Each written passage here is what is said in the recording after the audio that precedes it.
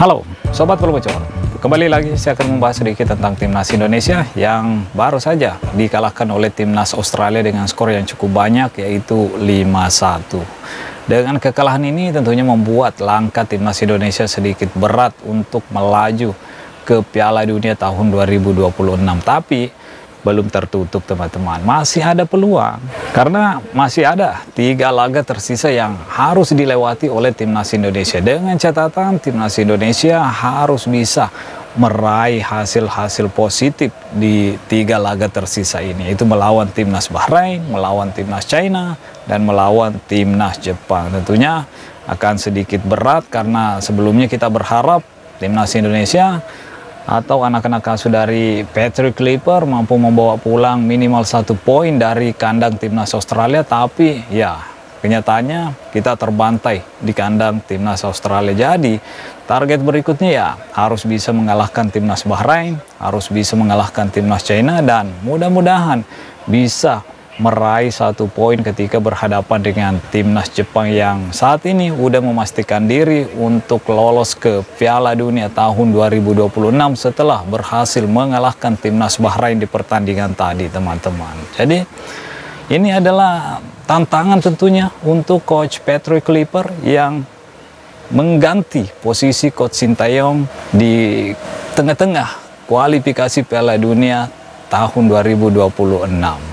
Nah, sebelum kita jauh-jauh dulu ke Piala Dunia, kita bahas-bahas sedikit tentang pertandingan tadi, teman-teman. Kenapa Timnas Indonesia bisa terbantai skor 5-1 dari Australia? Padahal kita tahu di pertemuan pertama, ya Timnas Indonesia mampu menahan imbang Timnas Australia di Stadion GBK dengan skor 0-0. Meskipun kita tahu Timnas Indonesia digempur habis-habisan oleh Timnas Australia pada waktu itu, dan skuad Timnas Australia juga ya skuad yang lengkap dibanding pertandingan tadi ketika Timnas Indonesia dibantai dengan skor 5-1. Apa kira-kira penyebabnya? Apakah strategi yang diterapkan oleh Coach Patrick Kluivert atau formasinya, teman-teman?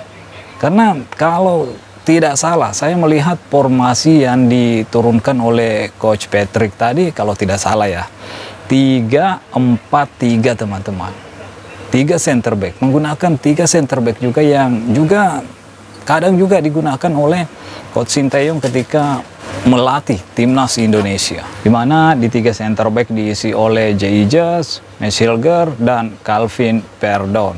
Di posisi gelandang diisi oleh Tom Haye, Nathan Choaon, dan di wingback kiri dan wingback kanan diisi oleh Kevin Dix dan Dean James, dan di 3 lini serang Timnas Indonesia diisi oleh Marcelino Ferdinand, oleh Romani, dan Rafael Surik.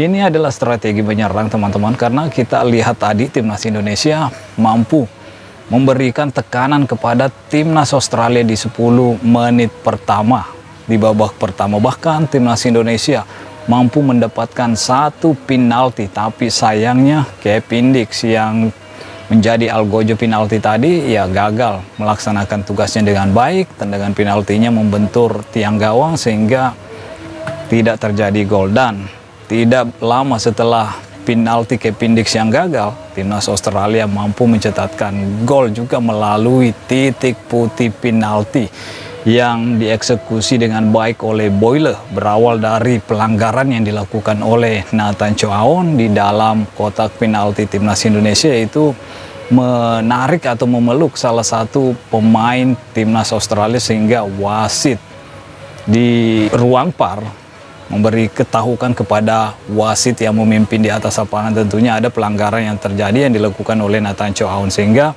wasit yang memimpin mengecek VAR di pinggir lapangan, dan ya betul, keputusannya adalah penalti untuk Timnas Australia, dan itu adalah gol petaka bagi Timnas Indonesia, karena setelah gol penalti ini Timnas Australia seakan-akan udah di atas angin. Dan tidak lama setelah gol penalti ini, lagi-lagi Timnas Australia kembali mencetakkan gol kembali ke gawang Timnas Indonesia, dan terus gol dan oleh Romani mampu memperkecil ketertinggalan menjadi 4-1, tapi Australia ya cukup percaya diri di pertandingan tadi, bermain di hadapan supporternya. Kembali di menit-menit akhir mampu menambah keunggulan, yaitu dengan skor akhir 5-1. Dan tentunya kita berharap di pertandingan berikutnya Coach Patrick Kluivert lebih prepare lagi lah tentang pertandingan ini, karena kita tahu sendiri timnas Indonesia saat ini punya peluang untuk berpartisipasi di Piala Dunia. Sayangnya di pertandingan debut Coach Patrick Kluivert ya harus mengalami hasil yang kurang mengenakan, terbantai melawan timnas Australia. Sayang sekali teman-teman, andaikan mampu mengamankan 1 poin saja dari kandang timnas Australia, tentunya peluang kita cukup baik untuk bisa menemani timnas Jepang di Piala Dunia, melaju di Piala Dunia di grup C ini. Tapi ya apa boleh buat, kita udah dikalahkan oleh timnas Australia dengan skor yang cukup banyak, yaitu 5-1. Tentunya kita berharap Coach Patrick mampu mendapatkan 3 poin ketika menghadapi timnas Bahrain.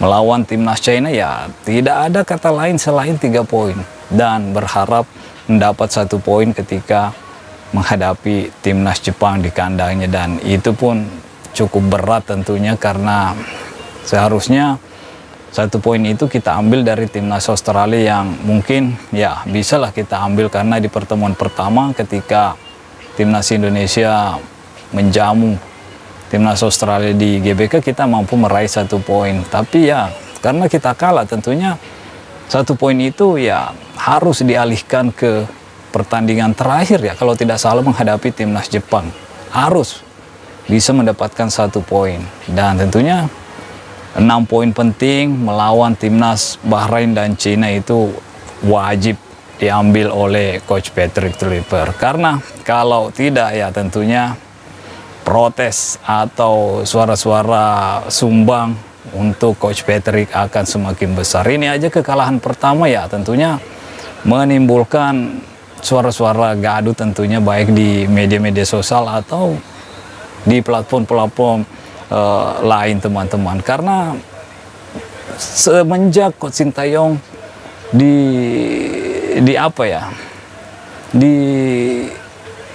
diganti oleh PSSI ya tentunya ekspektasi kita tentunya tetap tinggi terhadap timnas Indonesia untuk lolos ke Piala Dunia, karena Coach Sintayong udah mampu mengumpulkan 6 poin. Tinggal bagaimana Coach Patrick Kluivert melanjutkan apa yang udah diraih oleh Coach Sintayong di kualifikasi Piala Dunia kali ini. Jangan sampai tidak mampu meraih 6 poin seperti Coach Sintayong. Jadi kalau bisa ya harus lebih. Makanya tadi saya mengharapkan mengalahkan timnas Bahrain, mengalahkan timnas China, dan mendapat 1 poin dari timnas Jepang. Karena 1 poin yang seharusnya kita ambil dari timnas Australia itu udah hilang. Jadi berharap kepada timnas Jepang yang tentunya akan semakin sulit, karena Jepang jauh lebih kuat dibanding timnas Australia.